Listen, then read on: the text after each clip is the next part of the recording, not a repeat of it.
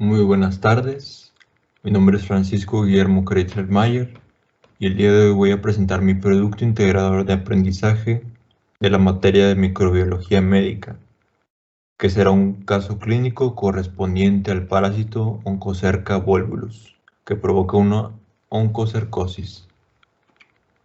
Tenemos un masculino de 44 años residente del sur de Chiapas, sin antecedentes de importancia.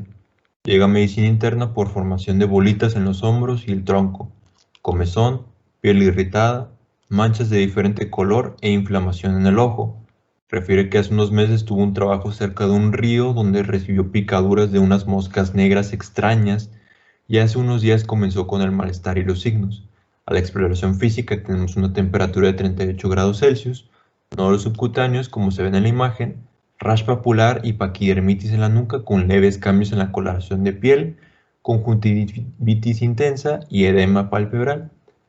Se hace una biometría hemática que muestra eosinofilia y una biopsia de nódulo y se observa el resultado de acuerdo a la imagen. Primero que nada, antes de pasar a las preguntas, vamos a analizar un poco el caso clínico. Como mencioné anteriormente, vamos a hablar de una oncocercosis y el primer dato que vemos es un dato epidemiológico muy importante que es residente del sur de Chiapas, el cual es un foco importante de esta enfermedad. Llega por formación de bolitas que corresponde con los nódulos subcutáneos que podamos observar. La comezón y la piel irritada corresponden a este rash papular que es una dermatitis oncocércica. Vemos que tiene una paquidermitis, que la paquidermitis es el engrosamiento y la pérdida de elasticidad de la piel, probablemente por una remodelación continua de la piel, ya que es un parásito que se encuentra en la piel principalmente. Y la paquidermitis se ve normalmente en la nuca, se puede presentar en la palma de las manos, en los brazos, con leves cambios en la coloración de piel, que probablemente esto corresponde o se conoce como la erisipela de Costa, o puede ser las manchas hiperpigmentadas o hipopigmentadas. También el paciente refiere que tiene inflamación en el ojo, lo que corresponde a la conjuntivitis intensa y el edema palpebral que observamos. Refiere que tuvo un trabajo cerca de un río hace unos meses donde le picaron unas moscas negras. Primero que nada, refiere que fue hace unos meses y que hace unos días comenzó con el malestar. ¿Esto qué nos indica? Que hace unos días empezó con el malestar, entonces probablemente el periodo de incubación fue de meses. Entonces esto es un dato importante. Otro dato importante es que fue cerca de un río donde recibió unas picaduras de unas moscas negras. Más adelante veremos características de estas moscas, pero esto es un dato epidemiológico muy importante y esto nos indica que es una enfermedad por vectores. También vemos que tiene una temperatura de 38 grados Celsius, la cual está elevada, porque como nosotros conocemos, una temperatura normal va entre 36 a 37 grados Celsius, entonces en este caso tiene fiebre. Y por último, vemos que en la biometría hemática muestra eosinofilia, que este es un indicador muy importante que nos lleva a pensar en una parasitosis de manera directa. Se realiza biopsia de nódulo y se observa un montón de microfilarias dentro del nódulo subcutáneo, confirmando que es una parasitosis. ¿Cuál es el agente causal de la enfermedad? Pues primero tenemos Trichinella spiralis, que no puede ser porque a pesar de que también en Trichinella spiralis se puede ver un edema palpebral, este edema se ve más generalizado en la cara, además se ven otros datos clínicos como dolores musculares, se puede ver un cuadro diarreico, entre otros. Clamidia trachomatis tiene algunos datos clínicos que pueden parecerse, sin embargo hay que recordar que Clamidia trachomatis es una infección bacteriana, es una bacteria que tiene diferentes serovariedades, que por ejemplo el tracoma va a provocar el daño en el ojo, que se puede parecer, el linfogranuloma venéreo, que se parece a la linfadenopatía que observamos en esta enfermedad. Trypanosoma cruzi es una enfermedad vectorial y también se puede observar un edema palpebral. Sin embargo, hay que recordar que este edema es bipalpebral de manera unilateral, además que hay otros datos clínicos como la enfermedad de Chagas, que se caracteriza por afectar el corazón y vemos afección de otros órganos. Entonces no puede ser esta enfermedad, este parásito, perdón. En este caso, estamos hablando de Onchocerca volvulus. ¿Por qué? Porque vemos la triada de síntomas, la cual consiste en la formación de nódulos subcutáneos, en las lesiones de la piel, la cual vimos que tiene un raspo papular y la paquidermitis en la nuca. Vemos que tiene lesiones oculares, las cuales corresponden a la conjuntivitis y el edema palpebral. Entonces, este nos indica a pensar en este parásito de manera directa. ¿En qué se basa principalmente el diagnóstico? Como mencioné anteriormente, la triada, lesiones oculares, de piel y la formación de nódulos subcutáneos nos lleva a pensar en esto, e incluso se podría observar, y muchas veces se observan las microfilarias en la cámara anterior del ojo, pero haría falta observar. Sin embargo, algo a recalcar es que probablemente en este paciente las filarias o microfilarias se encuentren muertas, ya que esto explicaría que la conjuntivitis intensa y el edema palpebral intenso. La biopsia puede ser de utilidad, sin embargo no es la base principal. ¿Por qué? Porque no es muy específica o muy sensible cuando no hay un número suficiente de microfilarias, un número alto. Las pruebas serológicas como ELISA o OV16 que miden los anticuerpos no son de mucha utilidad, ya que no nos indican si es una enfermedad activa o si es una enfermedad antigua. Entonces, la base principal va a ser el cuadro clínico. ¿Cuál es el vector responsable de transmitir la enfermedad en México?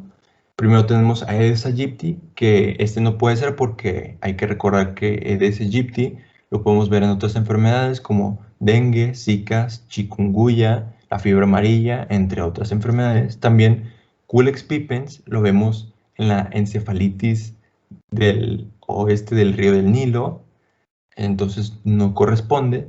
El triatoma o las especies de triatoma o chinche besucona la vemos en Trypanosoma cruzi, que normalmente tiene una predilección de picar por la noche en la cara y dar el signo de romaña o un edema.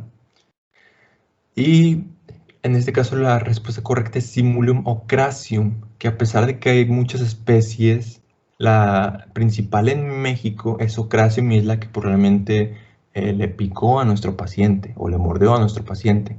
Además, hay que revisar los datos, que se encuentra cerca de un río.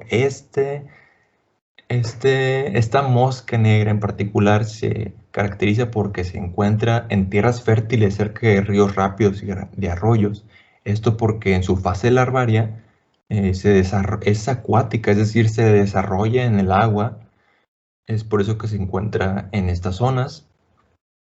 Además, se caracteriza y se diferencia de las demás respuestas porque esta mosca, como dije, es una mosca negra, es vellosa, tiene patas cortas, tiene el cuerpo ancho, además su mordedura es mandibular y su picadura es dolorosa. Sin embargo, produce sustancias anestésicas, vasodilatadoras y anticoagulantes, y a los 5 minutos se quita el efecto anestésico y produce un edema y prurito intenso.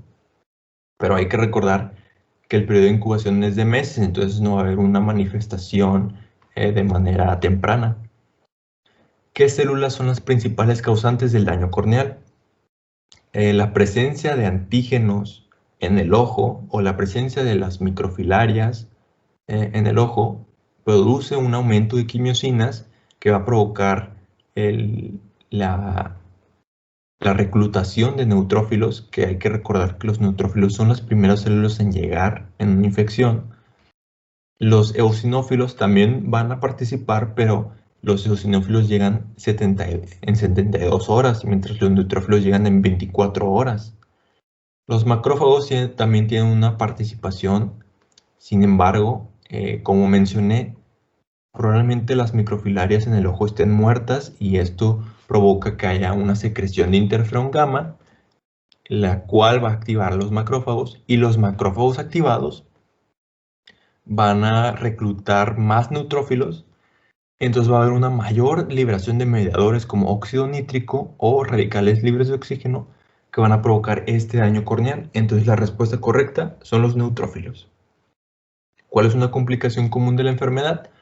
Primero que nada, la embolia pulmonar no puede ser porque no estamos hablando de ningún síntoma pulmonar o no estamos hablando de que el paciente haya inhalado algún microorganismo que provoque algún síntoma pulmonar o un cuadro pulmonar.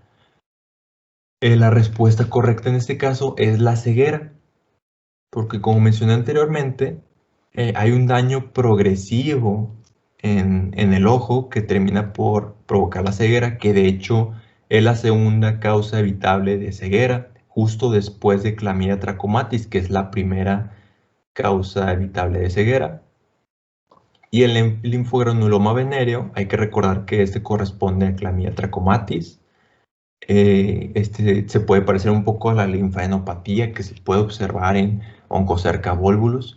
Sin embargo, es diferente porque tiene una diferente progresión. El periodo de incubación, primero que nada, es diferente. Hay que recordar que clamidia es una bacteria que se transmite principalmente por transmisión sexual. Y bueno, como dije, tiene una progresión diferente. En Oncocerca volvulus la linfadenopatía puede ser axilar o inguinal, que va a predisponer a hernias. Y bueno, ¿cuáles son las medidas de prevención correctas ante esta enfermedad?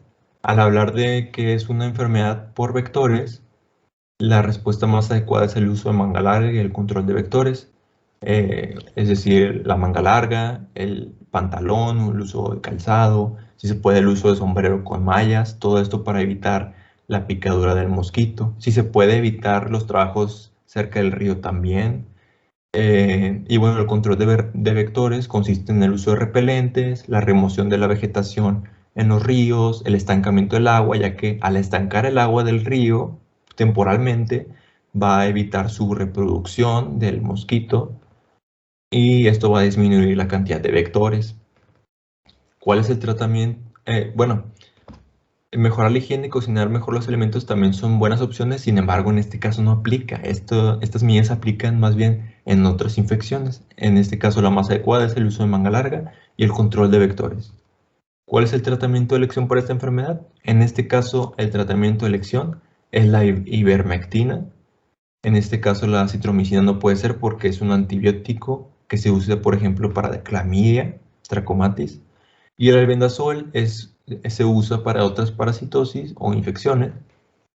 Y bueno, aquí me gustaría mencionar algo muy interesante, que un tratamiento propuesto para esta enfermedad también es la terapia anti-Wolbachia, que consiste en administrar doxiciclina, que va contra la bacteria Wolbachia, y esta bacteria Wolbachia es indispensable para este parásito porque le ayuda a su embriogénesis. Entonces, al ir contra esta bacteria Wolbachia, va a interrumpir su embriogénesis y va a haber una menor cantidad de microfilarias.